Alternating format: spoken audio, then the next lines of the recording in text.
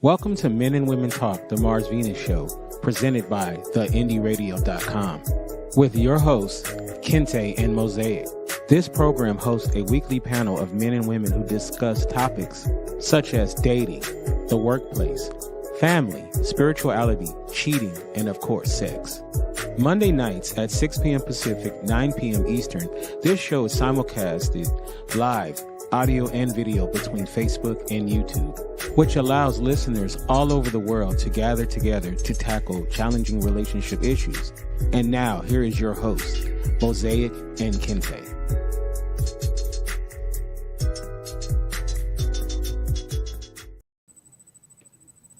Hello, and welcome to an all-new episode of Men and Women Talk, the Mars Venus Show. I am one of your hosts, Kente, all the way live from Los Angeles, California. And this is episode 197. And I'm joined by the beautiful, the talented Mosaic. How are you doing, Mosaic?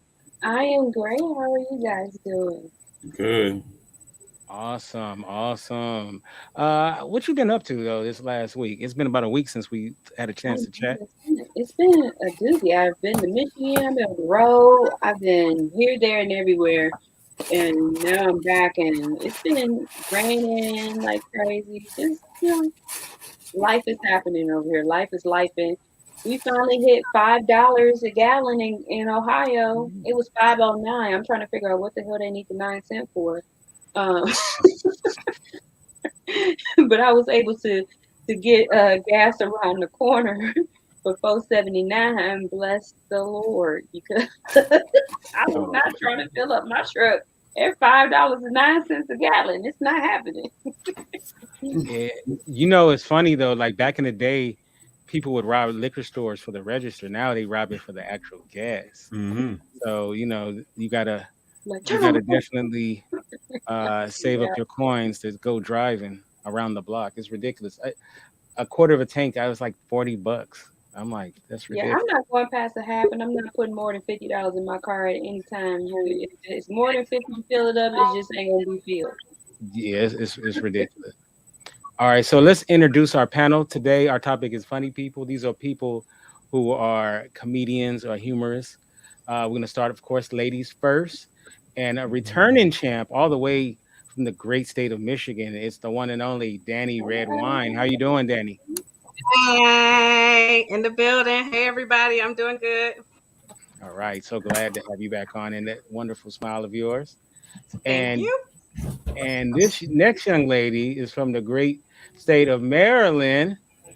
And we're blood. That's my cousin, the one and only D-Lo. How y'all doing? How you feeling? Hey. All right, and not play cousins. We're actual cousins. Real cousins. So I'm so glad that you are here, chopping it up. We got to do a show to talk to each other, right? Right. But hopefully that'll change pretty soon. All right, and let's get to the fellas. First time on this show, we have the one and only Marquee. How you doing? Not bad. Thanks for having me, man. Yeah, so glad. And you're from Canada. Whereabouts in Canada? Toronto. Okay. By way of Barbados, Okay. That's right. So it's a pleasure to be here. Thank you for having me. I heard about this recently, and so I said, the vibes are there. Let me come. Let me join in, and see how the people are. So I really appreciate being here. All right. Thank you so much. I am loving that vintage TV in your background. Thank you so much for mentioning that. Oh, the TV. Okay, yes. It's old school. You know something that shows your age, huh? That shows how old you are. Oh yeah, I didn't even pay attention to that. Yeah. Oh, wow. I was like, that's the first thing I saw. I was like, that TV is old. Wow. I sure wasn't paying attention. Yeah, I missed that one. All right, and this next brother I met because of Danny. It's the one and only Wayne. How you doing? We lost your video feed, Wayne. Wayne went to bed. Wayne. Is Wayne out of the building? Mm-mm. I think we lost Wayne. All right. So what we'll do is, there you go. I think I heard some action right there. You there, Wayne? There we go. Hey, what's good? Okay. Hey, man. So how's everything, Wayne? Good. Yo, I can't see y'all. What happened? All right. You know what? He has it on. Oh, okay. There we go. Oh, you good? Oh no, it was just you. Oh, okay. That's what you were talking about. Now Hey, Wayne. we're doing the intro, and I'm welcome to the show. multitasking. I was actually taking a training video for this job. The COVID, TV, they make you do all this training with COVID and stuff like that. I know you And, looking real telemarketer-ish. Yeah. You're like a telemarketer right now. Tell me about my car's warranty. And Right? I was doing that. Then I was on my clubhouse meeting with my travelers group, and we were just discussing some things, chopping up. I just washed my face, getting ready to wind down. Just got my new scent, Le Labo Ted Matcha 26. Okay. This show is brought to you by that. Yeah. That's it, man. You know what I mean? I'm just, you know what I mean? Yo, man, close it down a little bit. We'll get some close-ups today, bro. All right. So, I think a good place to start off is how long. One is I'm gonna go one at a time. We'll start off with the ladies. We'll start off with D-Lo. How long have you been stand-up, and what brought you into the game? So we'll start off with you, D-Lo. Okay. I've been doing stand-up for about 6 years. And I kind of stumbled into it. I actually got off work one day and through a bunch of foolishness ended up breaking my ankle, and I was out of work for a couple of months while I was healing, because at the time I was a bus driver. Well, I was a bus driver or whatever, and they wouldn't let me drive, obviously, with the cast on. So I ended up meeting people, just being bored and wanting to get out the house. I could still drive with the other foot, so I was just driving around. And in Baltimore, we do this thing called hacking, where everybody's standing outside on the street doing like this. Mm-hmm. You pick somebody up if they need a ride. You just hope that they're not a murderer or nothing. And I just picked up this girl. She had to go to work, and we just got to talking. And I took her all the way to work or whatever, and she was telling me she did stand up, and we just started talking. She told me to try it out, and one day just said, "Okay, I'm gonna try it." And I just went to an open mic, and from there it was just kind of like the bug bit me a little bit, and then it just snowballed, I guess. And how long have you been doing that? 6 years. 6 years in the game. All right, that's 6 years. Something like that's that. what's up. Now, what about you, Danny? How long have you been doing it, and what got you into it? I've been in the game for 8 years. I started while I was going through treatment for breast cancer. It was a bucket list checkoff for me. I always wanted to try stand up. So while I was going through treatments, I decided to sign up for an open mic. Stephanie, hey, Steph. Signed up for an open mic, and I went with my I only had like 3 minutes. Like 3 minutes of jokes. I didn't even know what the time. I knew nothing about. I would like to watch stand up, but I didn't know anything about the ethics of comedy. So I didn't know we was on time and we get lit and all that. So I only had like 3 minutes of jokes, but I got the bug. Like D-Lo said, I got bit with the bug that time, and I got 2 more shows from that one-time show just to do other open mics, and I've been doing it ever since. So, all right, that's what's up. Dang. Malika says she's ever ready to laugh. Oh, that's what's up. All right, so let's get to the gentleman. We'll start off with you, Wayne. How long you been in the game, and what got you into it? Man, stop making me so. You know what I'm saying, dude? I've been doing this for a little while. I was just sick and tired, man, and my mind was really going into a place of despair, and I didn't want to go to jail or do anything crazy like that. So I was like, let me use my mind to create something positive and that could give me leverage in the world to be successful, because school or the public school system doesn't really give you the tools that you would actually need to be successful in a society that's based on capitalism. You know what I'm saying? So that's how I got into it, and it worked out. It worked out. Okay. All right. So, Marquee, what about you? How long have you been in the game, and what brought you to the game?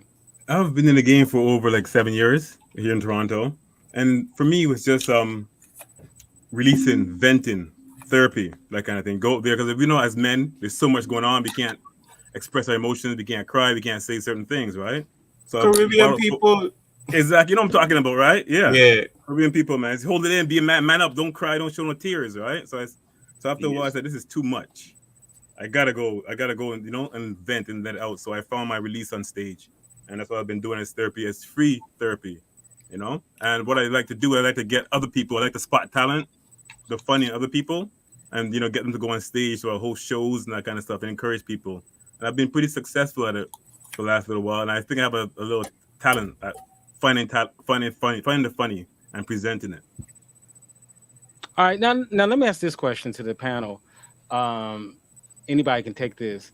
Is when you tell somebody you're a comedian, do you guys feel like you have any pressure to be a certain kind of way at all, or do you feel like people try to put it on you, like, oh, you a comedian, like, well then say something funny? Do you guys get that? Marquee, do you ever get that? I get that all the time. You're a comedian. Make me laugh like this right now. I'm like, nah, man, it doesn't work that way. Okay, this is something I have to prepare for. But I do improv, but I just don't want to be like drop a hat like a monkey, make me laugh, that kind of thing. So I prefer to go on stage and do my thing there. Mm-hmm. What about you? Too much pressure. Do you ever Same get with that? me, Make me laugh. Yeah. I know, and it's annoying as hell, right? Mm-hmm. My mother's the worst one with it, though. That's the killer. She be the one. Like, she thinks just because I show up to a family event, like, you invited me to the cookout, I came for a burger. I didn't come here to do a show. And she'd be like, well, say something funny. Maybe you can do 12 minutes for us. Like, who gave you this scale of time we're supposed to do? Where did 12 minutes come from? Right. And he doesn't understand the idea that I don't really do a lot of clean comedy. Like, I can do it, but when I do it, I probably have put myself in the mindset that I'm doing clean comedy. Right. And no. What I normally got to say, I don't think she want to hear that. So not at the cookout. No, not at all. No. All right. So, like, it's very interesting. Like, we all have our coworkers or our family members who are funny, right? But I wouldn't necessarily say they should go up on stage. So how do you know, like, how should somebody know, like, if you're that funny dude at the office versus that guy that should go up on stage? Like, that's a totally different thing. What about you, Danny? What do you think about that? It is. I try to encourage people to get on stage. I mean, if that's what they want to do, the only way to know if it's something that you like or if it's for you is to do it. I challenge people that do that. Like, I'd be like, oh, you a comedian, you might as well go to an open mic and tell them jokes at an open mic. Just because, I mean, you could. You know what I'm saying? Like, comedy is subjective. So everybody has their own, opinion and their own situations in life that, they may have another concept or another way of bringing their experiences to funny, So I encourage people to go to open mics. A lot of people think it's easy until they get up on stage. They see comedians get laughs and they automatically assume, oh, well, they got some laughs, so I'll get up there and I'll get some laughs too, not realizing that you got to have a format, some content, and it better be a little bit polished or else the audience is going to know that you don't know what the hell you're doing up there. So, another thing too is, do you guys get family members or friends trying to give you some whack ideas to take up on stage? No, my family's actually embarrassed. Oh, okay. They don't really support me like that. They don't think stand-up comedy is like a job. Stand-up comedy is not a job. It's like karaoke. My cousin actually got bold enough to decide to do some open mics, and I was really surprised when he just messaged me. I'm trying to get him to come watch the show right now. But I was really surprised. He's always been funny. Like, my family is funny. My grandmother would talk about your mama as soon as she did not care. Yeah, I got one of them families too. Yeah, I got one of them families too. My family is very funny. Are you from Detroit, Michigan? No, I'm from a town called Grand Rapids, which is like 2 hours out of Detroit. Grand Rapids, Grand Raggedy. Yep. Okay. Yeah, Grand Raggedy. Yeah, you know what it is. Yep, I'm from the Grand Raggedy. Another raggedy city. But I'm getting ready I'm ready to merge over to Detroit. Detroit is really like my comedy home. I actually became a stronger comedian going over to Detroit. So I'm very endeared to the Detroit comedy scene. And I'm gonna be doing a lot of work over there this summer. So yeah, Detroit they got a strong comedy community over there. So now it takes a while to get comfortable on stage and to really come into your own. So you got to take a lot of lumps in the beginning. So let me start off with you, Marquee. What was it like in the beginning stages of your comedy career, where maybe you weren't the best, and how'd you stick with it and whatnot? I'm still not the best, man. I'm still struggling, you know. Every time I go on stage, you know, it's a fight. I gotta go on and set myself up and psych myself out, you know, because it's not really me going up there. There's Marquee, and then there's the guy Trevor Lewis, the real guy. Then it's Marquee, the guy who wants to be up front. So I have to kind of balance them out. And when it's time to go on stage, I take Marquee. So I've been on stage many times and just froze. You know, you forgot all your lines, forgot everything. You're sitting there, people looking at you, and you realize that, and you just have to exit very quickly. So that happens too. So it's a chance you take, you know, and you gotta go and let it happen to you. I think almost everyone's gonna get that experience where it's just not your night, it's just not your crowd or something. So, yeah. Gotta take your lumps. So is that a real thing? Whack crowds? Yeah, it's the energy. I'm a guy. The energy. If the energy is not right, it's not right. You feel it. You just no matter what you do, it's not gonna be right for them at that time. It's just gotta be able to read it. When I host shows, I encourage audiences. Look, it's not easy coming out here. We need some good energy from y'all in order for the comedians to be able to give y'all a good show. That's just what it is. You know, a lot of the energy transfers. So if the crowd is got a weird energy, that's just gonna seep right into the comedian. So it could fuck up. What's up with these people that come to comedy shows not to laugh? Like they come with like they the emperor or something. That would be Detroit. Okay, let me just tell you right now, Detroit is you gotta choke a laugh out them niggas. Like they not just gonna laugh to laugh. You know what I'm saying? Like you better have a good punchline or some good content to get some laugh out them niggas, because they not easy to make laugh. They come in there to like prove to me you funny. And they're gonna be shocked. We'll have that in the show notes on the and they'll say it at the end of the show. Diamond. What's that Baltimore scene like, D-Lo? Yo, the Baltimore scene. Now you got me looking all weird with the big picture too. Do like my man said. Oh Jesus! Yeah, man, just leave them joints little. And the Baltimore scene, I feel like, and I'm sure everybody feels this way about their area, but I feel like it's like a make or break type thing. Like in Baltimore, I feel like a lot of the comics are extremely aggressive because, like when I go other places, I just don't see the same amount of aggression. And I think it's because of the city that I live in. You know what I mean? There's just a lot that goes on here. So people are naturally aggressive anyway. When it comes to some of the shows and with the audiences, like a Baltimore audience will tell you about yourself quickly. Like they will give you the light. You will be on stage and people in the audience will be shining their phones up there, or they will shine their phone at the host and be like, give her the light, get her off stage. I didn't pay for this. And they be dead serious. So, I mean, but I think that it sharpens a lot of comics because I feel like there are neighboring areas. You have DC near us, Virginia, Philly, and stuff like that. I feel like each one of these cities gives you something different when it comes to comedy. I feel like DC will polish you. It'll definitely get you polished. So where you may get your aggression over in Baltimore and you go to DC, you get it smoothed out and you know how to maneuver in the comedy circuits or in the clubs. In Baltimore, you're going to learn how to go into the bars and the hole in the walls and get in somebody's ass. Yep. I don't know. I just feel like in Baltimore, they don't really play with you like that. But our community is tight-knit. I think you have to be able to have that versatility in any big city, though. Yeah. Any city, you have to be able to switch it up. You have to be able to know your polished rooms, and you got to be able to know your raw rooms, where you can beat yourself, tear it down, drop the N-bomb, drop the F-bomb, and then go to your other rooms, corporate rooms, and be able to polish yourself up. You got to be versatile in this game. Even with audiences, you got to be able to. You might walk in a room, it's all white people. You know what I'm saying? You got to make your jokes translatable to them because their culture is different. You constantly changing yourself as a comedian. Oh, my bad. Go ahead. Oh no, I was ending it on that. I feel like a mistake that comics make though is like they think that they have to switch up what they do in different rooms. I think that's a big mistake. Now, if you go into a room and you know what particular language to use per se, that's one thing. But when people like totally try to switch up their stuff, like they can't say certain stuff in a certain room, I think that's a big mistake because that's when you turn your set into something that doesn't work everywhere. And when your set doesn't work everywhere, you don't have that confidence. Right. Yeah, then they don't have that confidence in their set. So when you walk in a room of people who act like they don't want to laugh, you can't pull it out of them because you're not confident in your set. Yeah.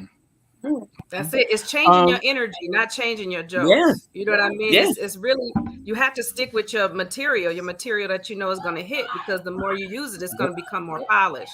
But you got to be able to translate those jokes to the different crowds. And she's absolutely right.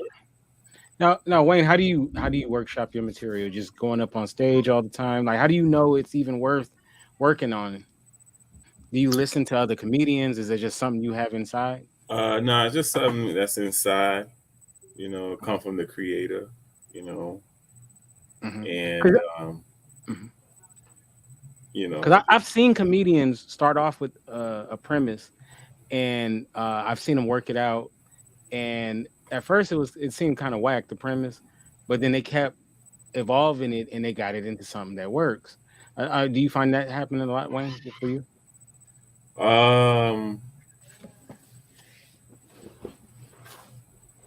Can you work? Can you get gold out of a turd? But I don't do it like that. I just usually know that it's funny, or I would say I just usually know that it's something I could use, and through time and through repetition and through little taps here and there from other comics and people, it grows into something. It's like a child. You got a baby crawling, now it's walking. Then hey, you have a baby shower. Other people bring you clothes and things for your baby, and friends and stuff. They bring you little gifts for your child, and it helps grow. It takes a village to raise a child. So, I look to the other comics and people to help nurture the material. Now let me ask this one. I'll start off with Marquee. Should women that you date or your family be worried that they may end up in one of your sets? It's interesting you mentioned that. I just had a discussion with my daughter, and she's like, "Under no way do you mention me, right? In any of your material." I'm like, I can't not mention you. You're my part of my life. I have to mention you. You have to give me permission to talk about you because there's just so much funny things that she does, right? So she's part of my life. If it's out there and I see it's funny, I will have to put it on stage. She gets pissed off. So what? I'm laughing. That kind of thing. So, Daddy. Yeah. What about you, Dilo? Do you incorporate people you date or family into your material? Yeah, but I be trying to change their names and stuff. I try to keep it a little incognito because they be coming to shows here and there, and I don't got time to be fighting nobody. I ain't got time. Like, I'm not, no, you're not gonna be like, I heard that joke you said about me. Okay, I got paid to say that joke, so I'm gonna say that shit again. What about you, Danny? You get any? Oh yeah, I talk about my kids and I talk about my dating life. I talk about my life. Like, a lot of my jokes is based off of the shit I've been through in the last 10 years. You know what I mean? That I've just kind of built on, or, a lot of my jokes had a basis and I've added on to a lot of it, I embellish a little bit, you know what I mean? But yeah, I talk about all of my life. So I'm pretty transparent when it comes to that. Oh, okay. Do you ever have people who think it's about them, but it's really not? They be like, I know that was about me. Maybe my kids, but they know it is. Like, there's no way around it. I already let them know it's going down. How y'all feel about it? Because I'll doctor it up if I need to. If y'all feel away, but my kids they used to me. They was like, I don't care. We ain't got the same last name. I don't care.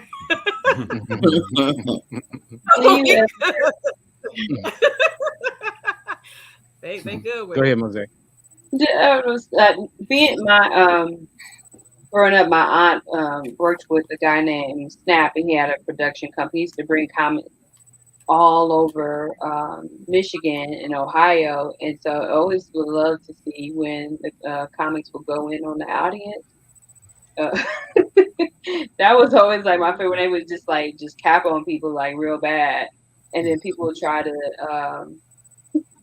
or a cat back. Does that ever bother you if people try to come for you sometimes? Are you asking someone specifically? Yeah, just anybody. I haven't really experienced much of that.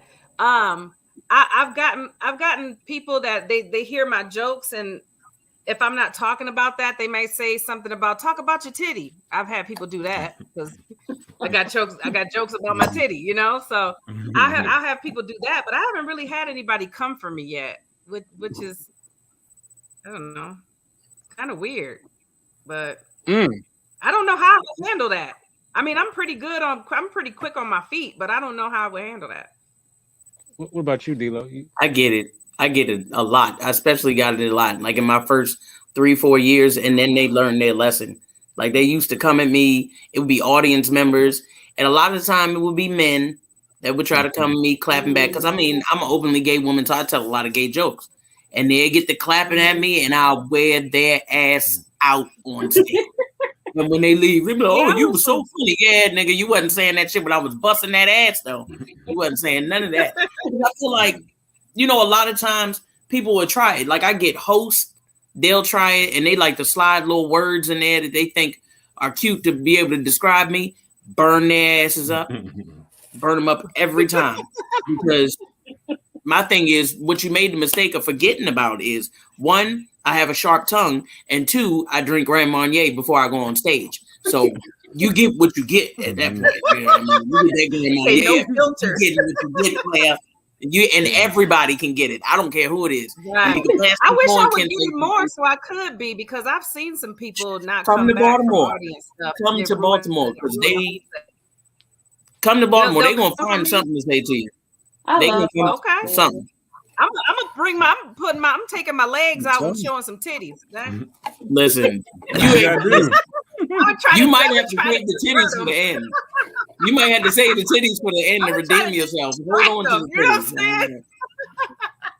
Because I'm telling you. No, but Baltimore is a spot that I haven't hit yet, but I've been to New York and Philly. But what's that? Right, that's right next door. I'm trying to tell you, it's worth it. That was a live ass crowd at Helium. Marquee, though, I imagine in Toronto, they're probably very polite. That's what I was thinking. In Toronto, people are very polite, almost a bit too polite. So honestly, you don't get answers like coming at you in that way as you guys experience. So that'd be interesting for me to come out there and have a hostile audience or someone coming at me. That'd be kind of, something I'm waiting for. Do it, Marquee. Yeah. Do it. Come out here. You gonna go home sounding like Shabba Ranks. I promise you. Your accent gonna be thick as a motherfucker. I'm telling you, you gonna go home. I can handle them. I can handle them, man. Trust me, I can handle them. I feel you. I know you can. I'm from Barbados, man. So anything you throw anything at me, I'm coming for you. Tell you. You could come out there and start bumper clotting on them niggas. I promise you. Watch me, man. Watch me. Yeah, because you're not that far from Toronto, right, Danny? No, I'm not. Yeah, I think it's like. Where you at, Danny? I think it's like 4 or 5 hours.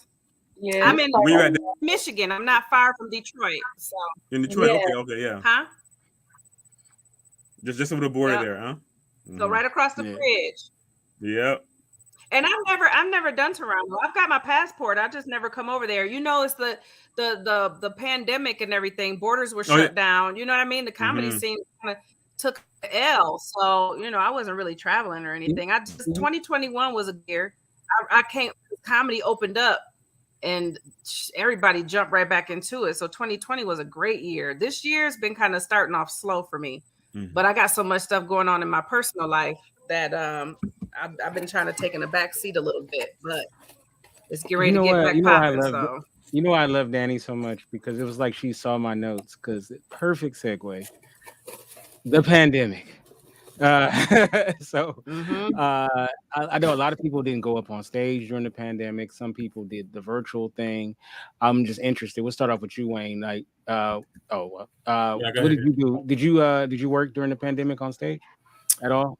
Nah. I just, was just living life, real life, you know what I mean? And it was just like, I was like, oh well. You know what I'm saying? But what happened was I created a 1 minute correspondence style talk show on my Instagram called Designer One Liners. And that's what I did to, keep the muscle of comedy going. And it turned out great. A lot of people liked it. I got a lot of shares, and it was very creative and innovative. And hey, you might see me on NBC or Saturday Night Live or something because of it. And I do use those videos for audition tapes, so they worked for audition tapes now. What I did during the pandemic, they work for audition tapes now, and I've been booking a lot of work with those videos. I didn't know that that's what was going to happen, but hey, it turned into something. Okay. What about you, Marquee? What did you do during the pandemic? As far as I shut down. I stopped doing everything. I just, I'm now actually getting back. The scene is coming back slowly here, so it's been very, very slow. So I am looking forward to really getting back full tilt. Okay. What about you, Danny? What did you do during the pandemic as far as stand up? I did a few virtual shows. But I really took advantage of writing. I did a lot of writing during the pandemic. I've lengthened my set during the pandemic. Like I got into writing, just journaling. I really just got into the writing aspect of that during the pandemic. And like I said, a few virtual shows, but nothing major. I did the one guy show that we were on Blab with. Dr. Vibe. Dr. Vibe. Who? Dr. Vibe. Vibe. Yep, I did a show for him. I did a comedy show for him during the pandemic. And it was like a full show. Like he had like the music and everything. I was involved with it. I was involved with that. That's how I met Natasha. I did a couple things like that. Yeah. Okay. Yeah. D-Lo, what did you do during the pandemic as far as stand up wise? I was still out here. I traveled a little bit. Right before it started, or right like in the very beginning of the pandemic, I was approached by a comedian in Baltimore named Ray Diva, and another and there was another young lady that they approached as well. Her name is Woo Woo. Basically, we all ended up together in a group, 4 women from Baltimore who traveled together, and we just went around just trying to hit cities. Wherever they would let us perform, we would go to. Nice. And that's pretty much what it was. So it was interesting, I'll tell you that. That's what's up. For you guys, what is it like interacting with the other comedians that go up? Do you guys have a good relationship? Is there competition? Is it a little backbiting? What's that whole scene like? We'll start off with you, Danny. Oh, there's all of that. There's all of that. There's cliques. You know what I'm saying? There's, comedians that are closer than others. But for the most part, the comedy family is very receiving of other comedians. I mean, I can't really recall too many times where I felt like you have a couple comics that have, egos, that might shun you off a little bit because they don't know who you are, you know what I'm saying, or never heard of you. But other than that, like I've found that the camaraderie in the comedy world is pretty cool. Like I've traveled quite a bit. I've been to down south. I've pretty much done the Chitlin circuit and done New York and Chicago and Detroit. So I've done bigger cities, and I've always been pretty well received, and noticed that Chicago's, they like family. The Chicago comedians, they are like family. Mm-hmm. They like look out for each other and put each other on shows and book each other. And I felt a real closeness between the comedians in Chicago. And you know, I can't say how it is everywhere, but from my own experience, and I'm just a people person anyway. So I'm coming in the room. I don't give a damn if you had a bad day or not. You know what I'm saying? I'm gonna come in, Danny, and be lovey and hugging, and you know what I'm saying? Nice to meet you and all that. So I come in with that energy. It's kind of hard to, you know, be kind of funny acting. Most people are very receptive to it and you know, are cool. So networking has been great for me. What But about you, Marquee? I stay away from the clicks. For me, like, you know, I look at it as when I'm going on stage, everyone, we're a team, you know? We're going on, I'm like, I'm cheering you on, I'm cheering everyone else on stage as well. And I'm feeling support from other people as well. That's how I do it. Yeah. Like, it's a team, this is a battle, we're going over this hill together, we're going to do it together. I'm usually hosting most of the time, so it's not really a competition. I want to see everyone do well. I want to see everyone kill it, you know? Yep, same. Yep, me too. Because I be wanting to enjoy the show too. Like I want to enjoy the show just as much as the audience because I like comedy. So I remember one time there was this comedian that went up and he was garbage, right? And he wasn't even new. I think he said he'd been doing it for 7-8 years or something. He was just terrible. I'm like, and so when he got off the stage, he was the one that started it off, the night off, and the host like obliterated him afterwards, like just obliterated the guy. So the guy, and the funny thing was he happened to be sitting next to me, so like I'm seeing him just putting his head down. He already had a terrible set, and then the host just does a whole set on this guy. And then I knew the host, right? So I asked him, I said, man, he was pretty cold on him. He said, look, man, he destroyed the night for everybody else on the thing. I had to get everybody back, and he was just a sacrificial lamb, you know? So he said he had to eat that one, you know? So, but he got everybody back by dissing him, you know? So I don't know. Sometimes I notice the relationship between the host and the comedians can be kind of iffy. You know, it depends on how they introduce you. Sometimes they introduce people funny or whatever. And, you know, I know some people have real issues with the host. I mean, how important is the host to you guys when you guys are going up? Do y'all try to make a relationship? The host is very important. The host keeps the show going. The host is the glue to a show. You know, it would be unfortunate if people had to deal with a host that, you know, wasn't cool with everybody. You know what I mean? Or at least giving out that energy, because they're the ones that have to keep the show going. But you know, there is that. I mean, you're gonna have people that are just crabs. You're gonna have people that are competitive. You're gonna have people that are gonna argue about the order. You're gonna have people that feel like they are funnier than the headliner. Like that's all of that stuff just comes with the territory. You know what I mean? It's just part of the game. Like you know, you just gotta get confident about your shit. Have you guys ever met like your favorite or idol's celebrity comedian, and then, you know, did it go well, or was it like they were kind of an asshole? Yep. Yeah. Well, you had Danny. I know you had a great experience with a big time comedian. If you don't mind sharing it. Yeah, I've had a few good experiences with big time comedians, but I know who you're referring to, Dave Chappelle. My favorite comedian. Yeah, Dave Chappelle. Yeah, I actually got to hang out with Dave for like hours when he was here in Grand Rapids. His DJ Trauma is alumni with my childhood friend. So when we got to the concert, he was like, I'm going backstage to see Trauma. you want to go meet Dave? And I was like, hell yeah, I want to meet Dave. I was drunk as hell too. I had no business going back there. I was not professional that night. I came, listen, I had smoked like half a blunt and had like 2 shots before I got there, just because I knew I didn't want to buy drinks at the bar because they high as hell. You know what I'm saying? You go to the marinas, the drinks is like $17 fucking dollars.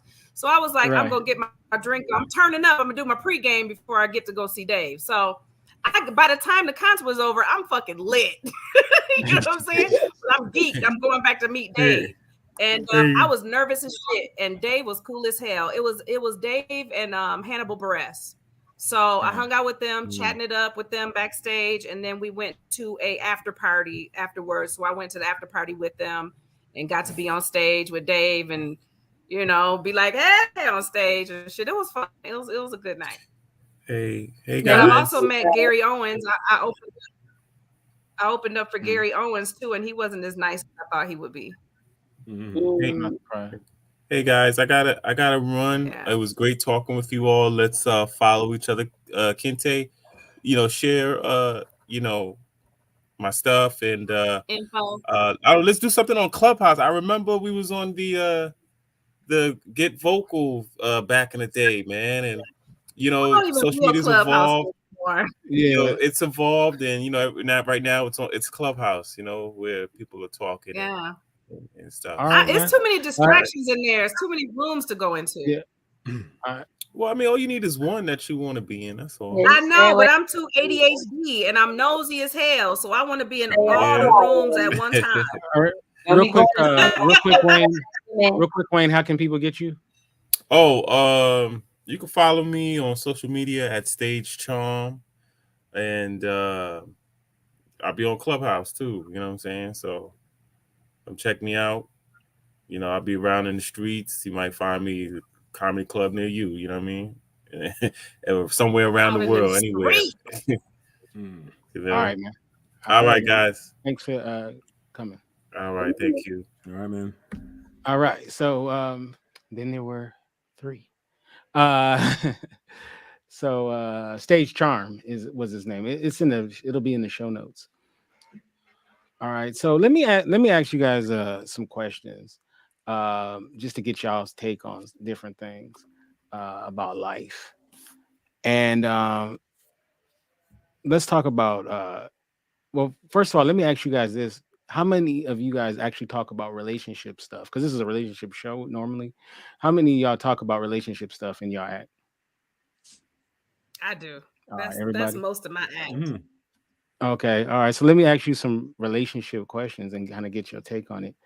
One thing we've been talking about. Because I talk specifically about fucking fat niggas. So you know what I'm saying? Like, I don't, you know what I mean? Like, I don't know if your question would apply to what I actually talk about. Because it's more of a physical thing for me. It's not really a relationship.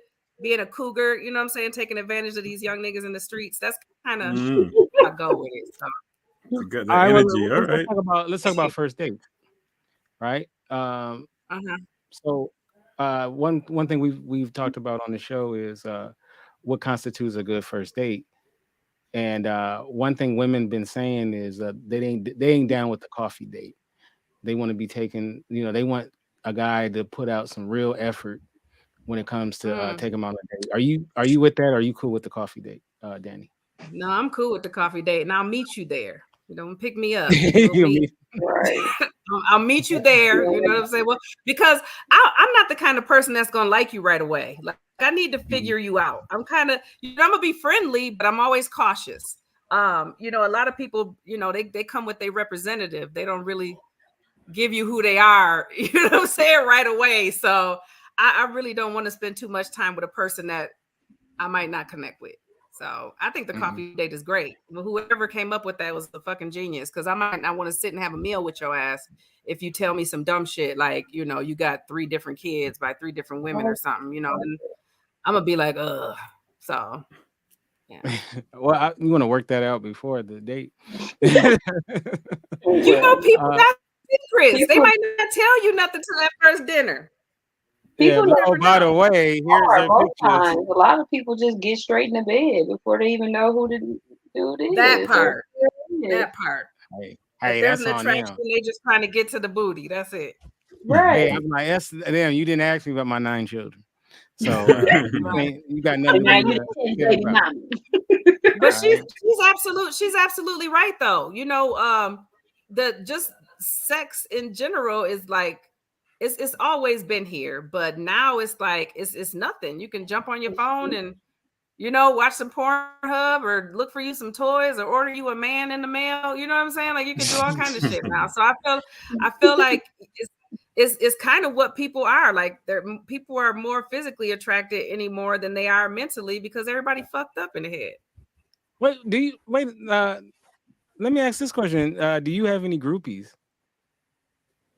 I do. I have a Danny? lot of groupies.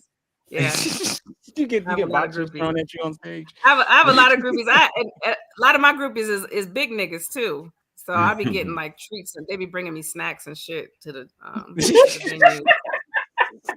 venue. I like that. You know what I'm saying? They be offering to take me out and shit to eat. That's funny. What about you, D-Lo? Do you got ladies be trying to holler like that? I don't be having no groupies. My issue is that my jokes be working against me. So I tell jokes, I embellish some stuff like you were talking about earlier. And then I talk about dealing with older women. Because I have dealt with older women and some of the stuff was funny from those situations.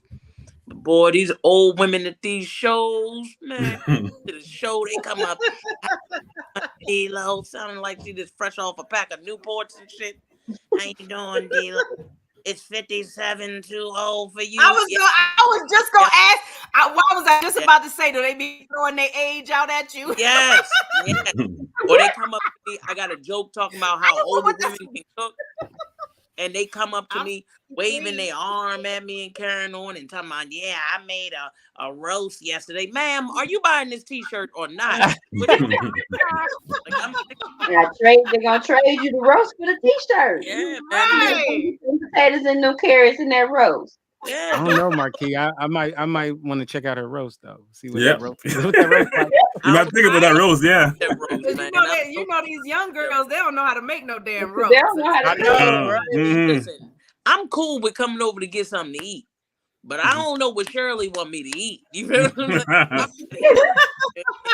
And what I'm not gonna do is be going down there trying to. I thought that would be scared to roast with a little side of shrimp on the get side. down on you if you got like Maya Angelou. I'm not doing that. You know what I'm saying? They're gonna serve you some roast and some fish. Ma'am, it's not enough food in the world for me to do that shit, okay? So, man, if you doing, they the old slice of pie. rhinestones and shit on. Huh? Now, what about you, Marquee? Do you get ladies? You got the accent going. You a comedian. What? It's not a problem. I've been out of the game so long, over 20 years, man. So it's not a problem, for me. Okay. That kind of thing. So I'm safe. Oh, okay. It's not an issue. It's not an issue for me. I don't, have the groupies and that kind of thing. I don't even see them, Oh, okay, that's what's up. Well, send it my way. Yeah. No redirect. I'll just redirect right to you. Don't worry about it. That's what's up. Yeah. Okay.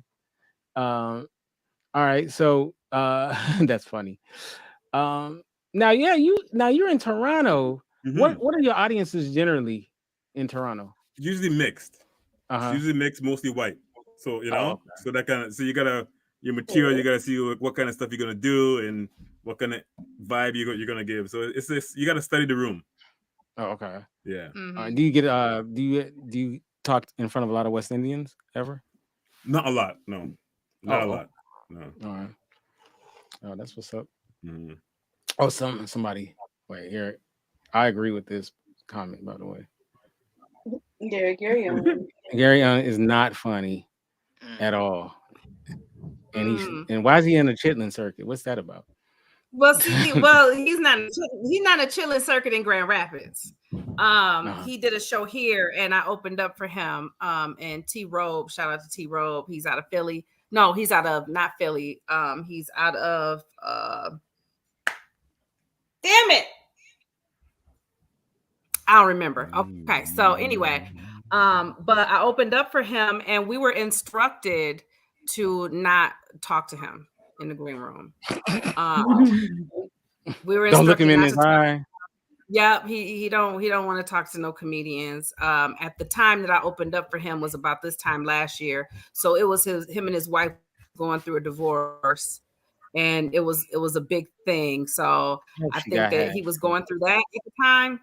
I'm not for sure, but he just wasn't as and I think Gary Owen is funny. I don't think he's hilarious, but I think that he has some funny content. And for that funny content, especially with him talking about how much he loved Black women, I guess I just expected him to be a little bit more friendly. You know what I mean? Like, but those are the worst. Those are the worst white guys. I was surprised, but you know. Man, I could have told you that he wasn't shit. I ain't never liked that dude. I don't like that he's in the spaces that he's in. I don't think he's funny. I definitely don't like his I like black women routine. I think he's the only one that's doing that though. So what it sets him apart. I know, yeah. I'm like, no, you need to go with. That's why he has the position he's in, is because that position needed to be filled. Like there needed to be a white dude out there. Well, listen, Bill Burr is married to a black woman, but he don't talk about loving black women all the time. I know. Now he's funny. What about and Bill Burr is very funny, right? Very funny. But I think that Gary capitalized off of relating to black people. He don't relate. I don't care. Well, we go back and forth on that. I just don't like to go. But he was married. I like my white people white. Was right, but I think that's what he was trying to do. I think he was trying to target that audience. I think he was trying to be the white boy that is married to a black woman that all the black people like. That the black people wouldn't mind him being at the barbecue. You know what I'm saying? You can't be that's what he was. He couldn't get a plate at my barbecue. He couldn't get a plate at my barbecue. Shut up, Kente. All right. Go ahead. And y'all probably gonna hate me for this question.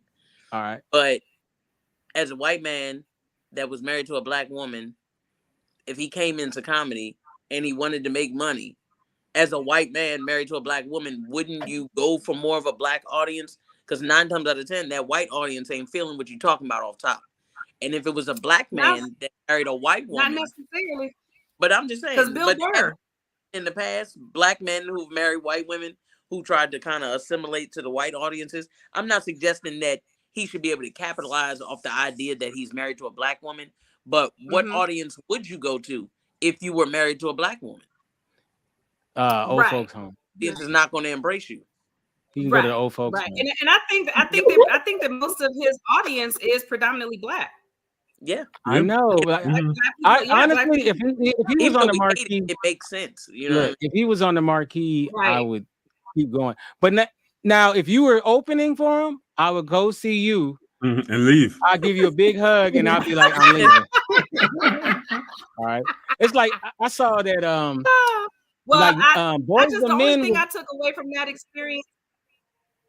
Oh, I was gonna say the only thing I took away from that experience is that he said I was funny and I had a good set because I said that. That's the one right thing he said. That's what I took away from it. I was like, for me to get a compliment from him, I did my thing. So those are the small wins that I appreciate. Well, we know he's not entirely stupid. So that's I hate when you. But you know what? Boys the Men. This is music. I know it's different music. Boys the Men was opening for New Kids on the Block. Yuck. And 98 Degrees. They weren't even. They were before New Kids on the Block and 98 Degrees. That was they were opening for him. And I'm sitting there like, how far has the mighty have fallen? Like, are you kidding me? Like, that's disgusting. That's disgusting. I'm sorry. 98 Degrees came after them. Who put that ticket together? Right.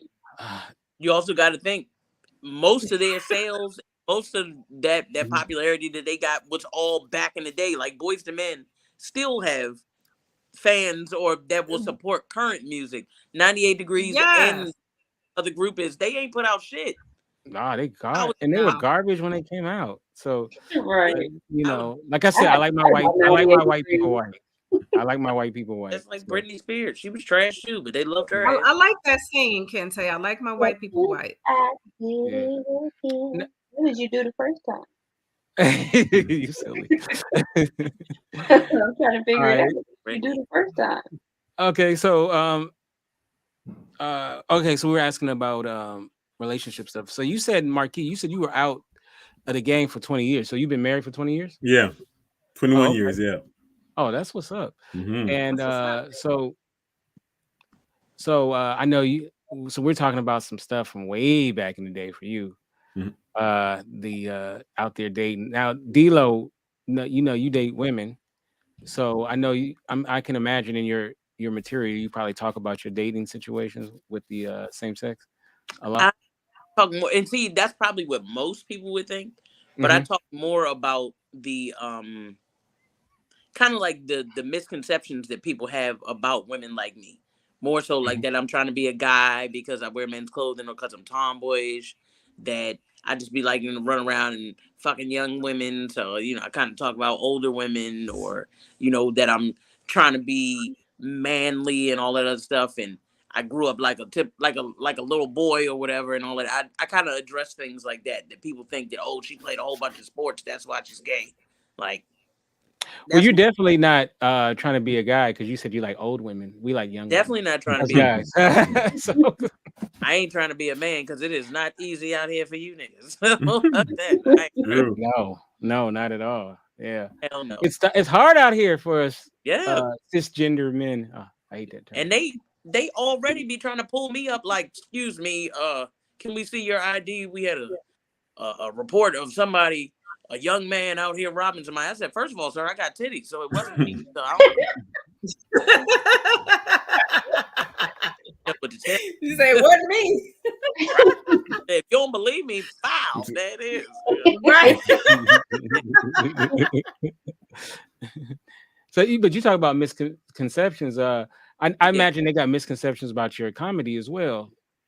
I think a lot of people probably think that I'm gonna come out like vulgar in a typical gay dominant woman studdish kind of way, and I don't really do that. I play more on the side of me that is trying to really show that just because I wear certain types of clothes or just because I'm a little more tomboyish than the next woman doesn't mean that I'm not a woman and I don't know wholeheartedly who I am.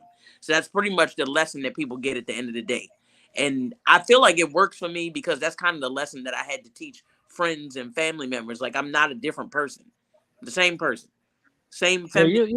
you like I cried watching The Notebook just like any other woman, right? Hey man, if you don't do it, I ain't do that gay ass shit. I never saw The Notebook. I never saw The Notebook. I've never seen it either. Oh, you never forced your man to watch The Notebook? I Why? thought that was in the woman's no. Her men bring her snacks. She don't give a fuck about The Notebook. I know, that's right. Yeah. You want somebody Okay, so we have from Malika, a good friend of mine. She says, "What comics do y'all find yourself currently following and why?" So we'll start with you, Marquee. What Tell you the comics? truth, I follow Steve Harvey. He's the guy that's doing everything. I'm like that kind of persona, that kind of. That's why I follow that path. So I find him inspiring. Even though he doesn't do comedy anymore, but he kind of switched off, and he's a whole brand now. So that's what I find. That's what I tend to be looking at.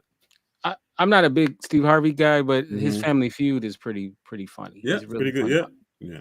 He's very funny on that. What about you, D'Lo? What comedians do you like? I follow people like the Christie Show. I don't remember her last name, but the chick, the Christie Show, she's a clean comic, and she kind of does like a character of an older woman. Or there's another girl named Tanisha the T. I forgot her last name too, but these are some of them are Instagram comics. With Christy, she's kind of like she's a stage comic. She does Instagram stuff, but I kind of admire the comics that are able to do clean comedy, and I like to watch some of the stuff that they do, so that maybe I can pick up some ideas on how I can change things up and still make it like relevant content that doesn't have to necessarily be as dirty. A lot of the comics that I do like are probably not your Instagram people, like Bernie Mac isn't alive to be on Instagram, but I love Bernie Mac. Bernie Mac's great, yeah. Yeah, Murphy, people like that. you don't see Richard Pryor on IG. So you know what I mean.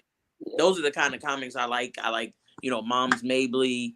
I'm a fan of more local comics or comics that may not have been discovered necessarily than I am like your mainstream or TV comics. I like local comics. I like to go somewhere and I haven't heard of the person and just be like, yo, they're fucking hilarious and be pressed to follow them. You know what I mean? Right. Well, Yeah, you're talking about Chrissy show that she does Miss Charlene. Yeah, that's that's my girl. Well, that's hilarious. Being from LA, our local comedians are mainstream. I'm just saying.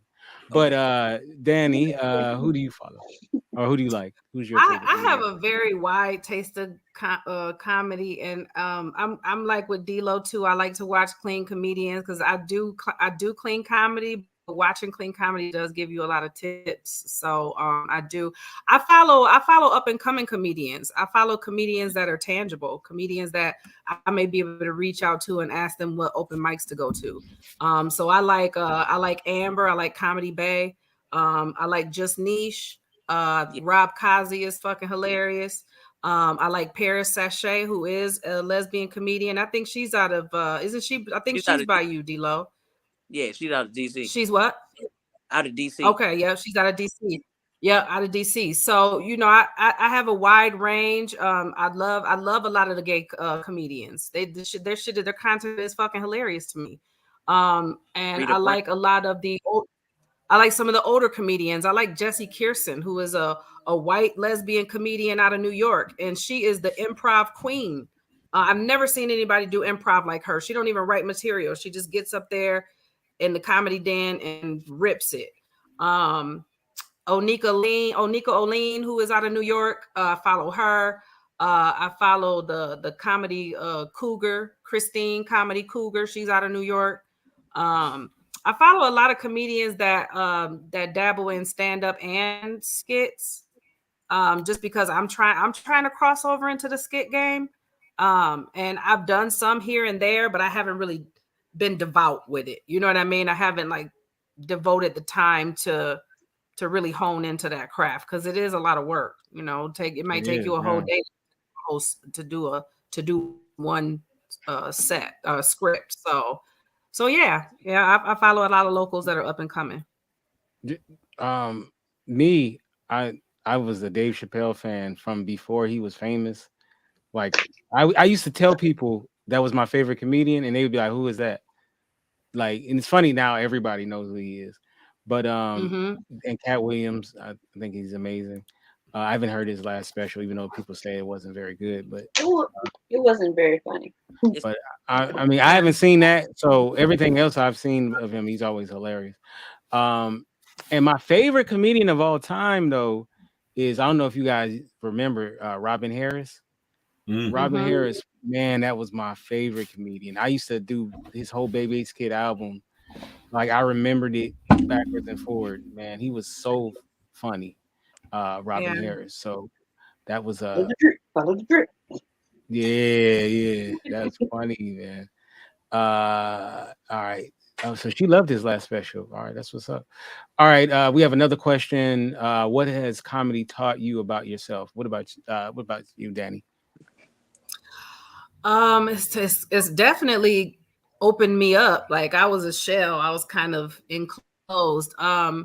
It gave me a lot of confidence. I don't know about I can't speak for everybody, but when I was growing up, it was, I had all brothers, I was the only daughter. There was a lot of pressure on me. I didn't have really good self-esteem about myself. I got into a lot of shit because of it. It wasn't until I got older and really with my venture of comedy, I got into comedy because I got cancer.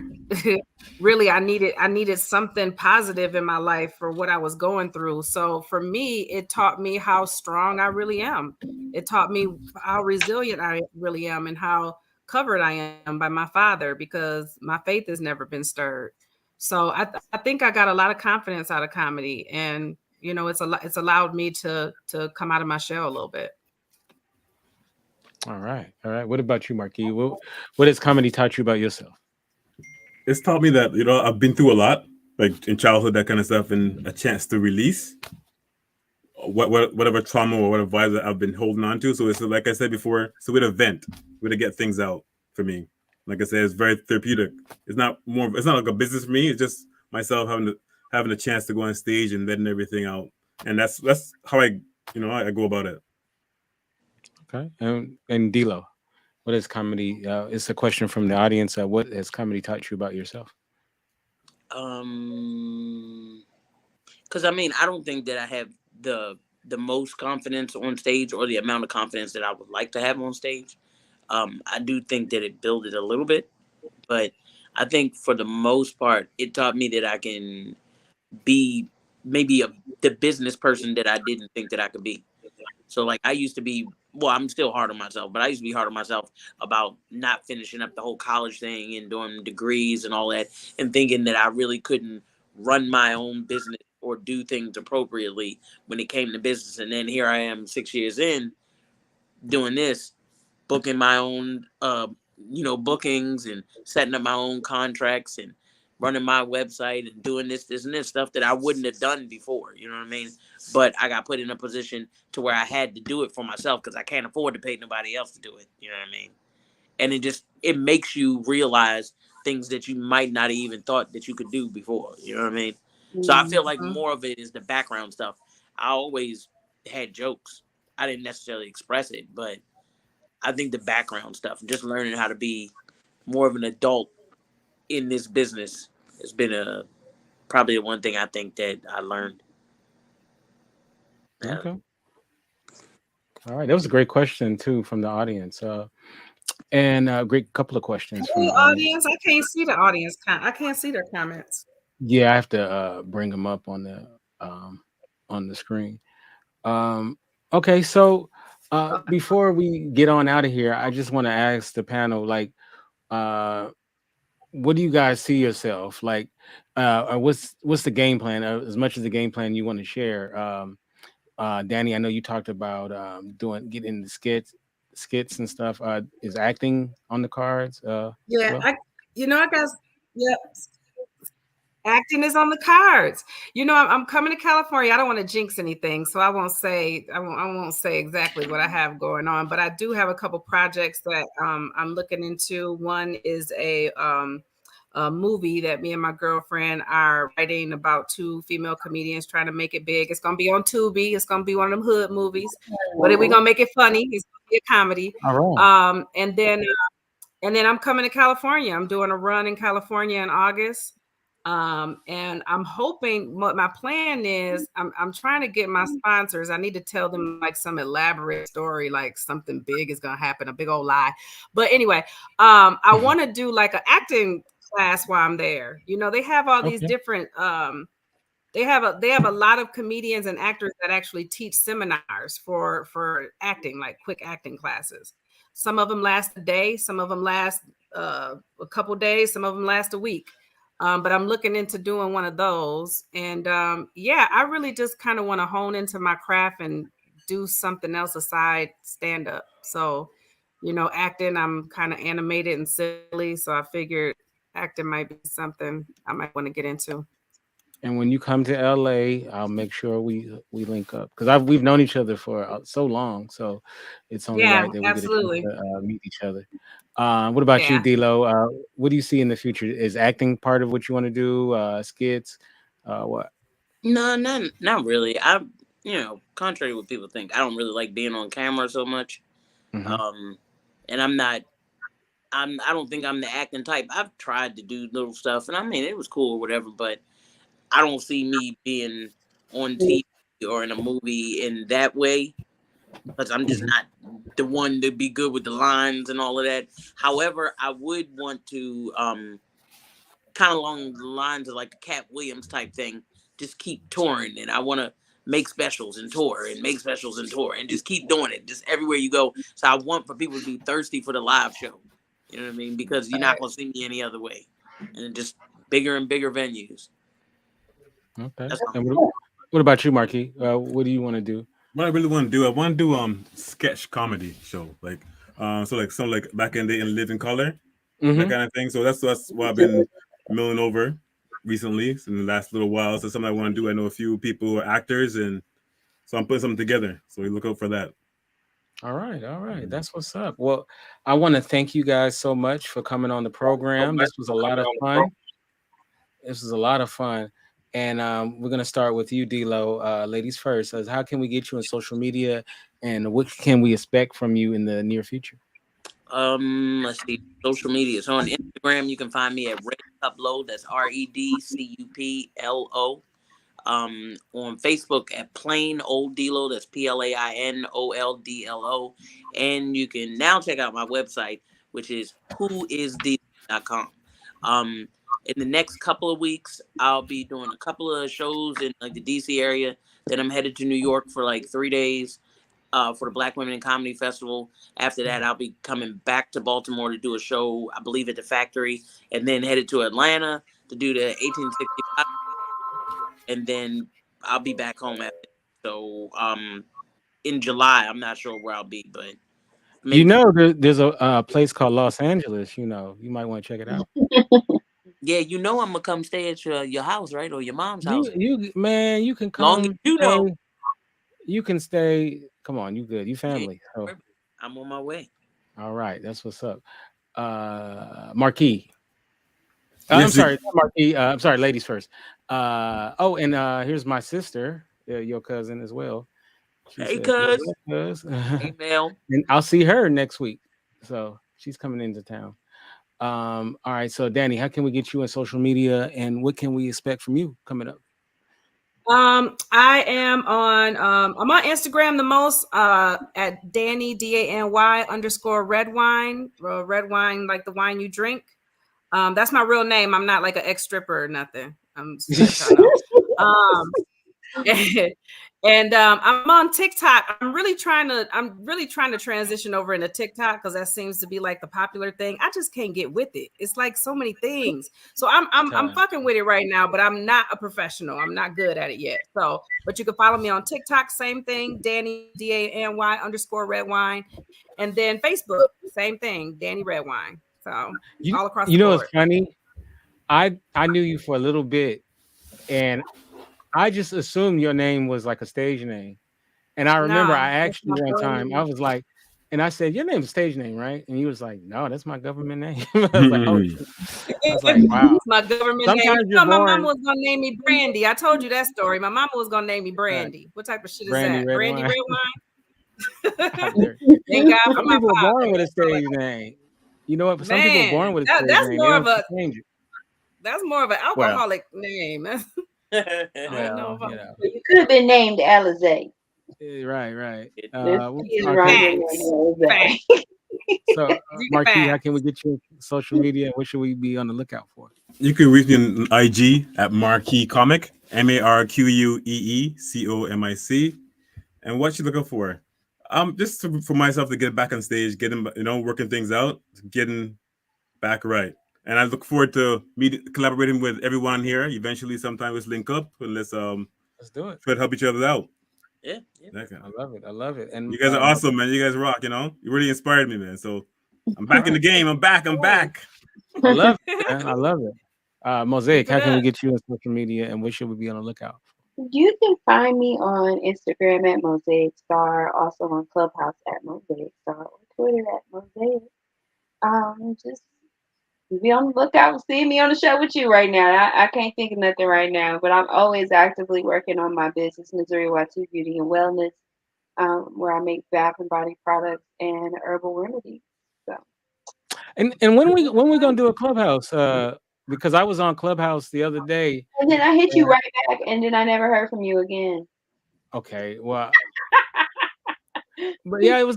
See, if I go on there without you, Mosaic, I'm gonna be around a bunch of weirdos. So I need you to shield me from the weirdos. The right rooms. You stay away from the weirdo topics, and then you find the good people. Man, you know what's funny though? No matter what the topic is, it's always turns into some crazy. It could be about Jesus, and somehow it's about sex. So I don't know. It depends on the people that are in the start the room and stuff. Like I have a good group of people that I run with. Like I told you, if you've seen, I've been on Harlem Late Night Jazz. That's actually a nonprofit in New York. So, and they do jazz on there, but Then I have my other groups that I hang out, like I got 30, Chauncey's way. Chauncey is funny, and he's always messing with people.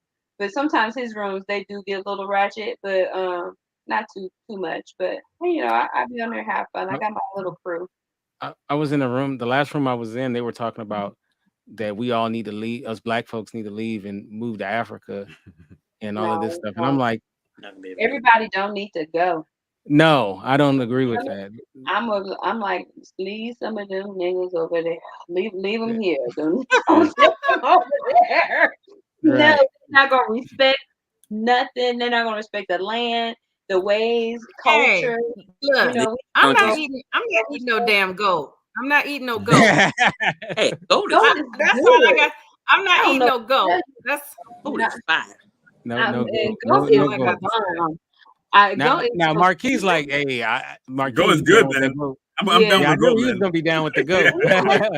Bring it over here. I'll take your share. You can eat lamb. I'm sorry. You can get me at Kente F on Twitter, Kente Ferguson on Instagram, and of course the website is theindyradio.com. That's theindyradio.com. And to let people know, this was episode 197. We're getting close to our 200th episode, so we're gonna have our 200th big bash 200 episode in a couple of weeks. So looking forward to it. So we're gonna get a lot of our ex co-hosts are gonna come on, as well as people who contributed on the show. We're gonna just come on, chop it up, much like our poetry show that did very well. By the way, we did a poetry night last week, and that show did extremely well, and people are still buzzing about it. So we're gonna try to do one once a month. So going forward. With that said, you guys have a great rest of your week. God bless, and we'll catch you next time. Next week's topic is crazy dating habits. So I'm gonna share all my crazy dating habits with everybody. So you guys will love that one. Peace. All right, peace.